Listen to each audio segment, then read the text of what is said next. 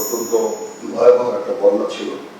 আমি নিজেও এই বন্যায় প্রাণ ধারণী করেছি এবং বহু লোক ক্ষতিগ্রস্ত হয়েছে। এখানে আমরা ৭৬টা হেলথ মিশন আমরা সম্পন্ন করেছি।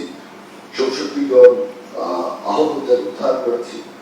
১৬ জন গর্ভবতী মহিলাদের আমরা উদ্ধার করেছি এবং মাননীয় প্রধান উপদেষ্টা যেভাবে নির্দেশনা দিয়েছেন ক্ষতিগ্রস্তদের জন্য ৩০০ দিন বাড়ি নির্মাণ করে দেওয়া, সেই কাজটা অত্যন্ত দ্রুততম সময়ের মধ্যে ৩৩ এবং ২৪ পদাতিক ডিভিশন সম্পন্ন করেছে। আমি জিওসি ২৪ পদাতিক ডিভিশন এবং জিওসি ৩৩ পদাতিক ডিভিশনকে আন্তরিকভাবে ধন্যবাদ জানাচ্ছি তাদের এই কার্যক্রমের জন্য। এবং এর সাথে বেসামরিক প্রশাসন ওতপ্রোতভাবে জড়িত ছিলেন, যারা এই কাজে সহায়তা করেছেন তাদের প্রতি আমি কৃতজ্ঞতা জানাচ্ছি, তাদেরকে ধন্যবাদ জানাচ্ছি। আমরা টোটাল ৩০০টা বাড়ির ঘরের মধ্যে ২৯৮টা সম্পন্ন হয়েছে। ২টা জমি জটিলতা সংক্রান্ত কারণে দেরি হয়ে গেছে, বা এগুলো সম্পন্ন হয়ে যাবে খুব অতি শীঘ্র। আমরা ১৯৯৮ সাল থেকে আজ পর্যন্ত ২৬,০২০টি ব্যারাক নির্মাণ করেছি, যেখানে ১,৩০,০০০ বেশি গৃহী পরিবারের বাসস্থানের ব্যবস্থা করা হয়েছে।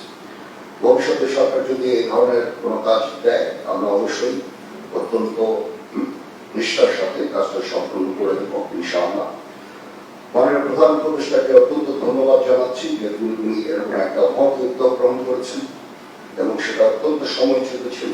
তিনি নিজে অবগত হয়েছেন মানুষের যে দুর্দশা সফরে, এবং উনি অত্যন্ত দ্রুততম সময়ের মধ্যে এই অর্থ আমাদেরকে দিয়েছেন ওনার নিজস্ব মহবুল থেকে, এবং আমরা এটা সম্পন্ন করেছি।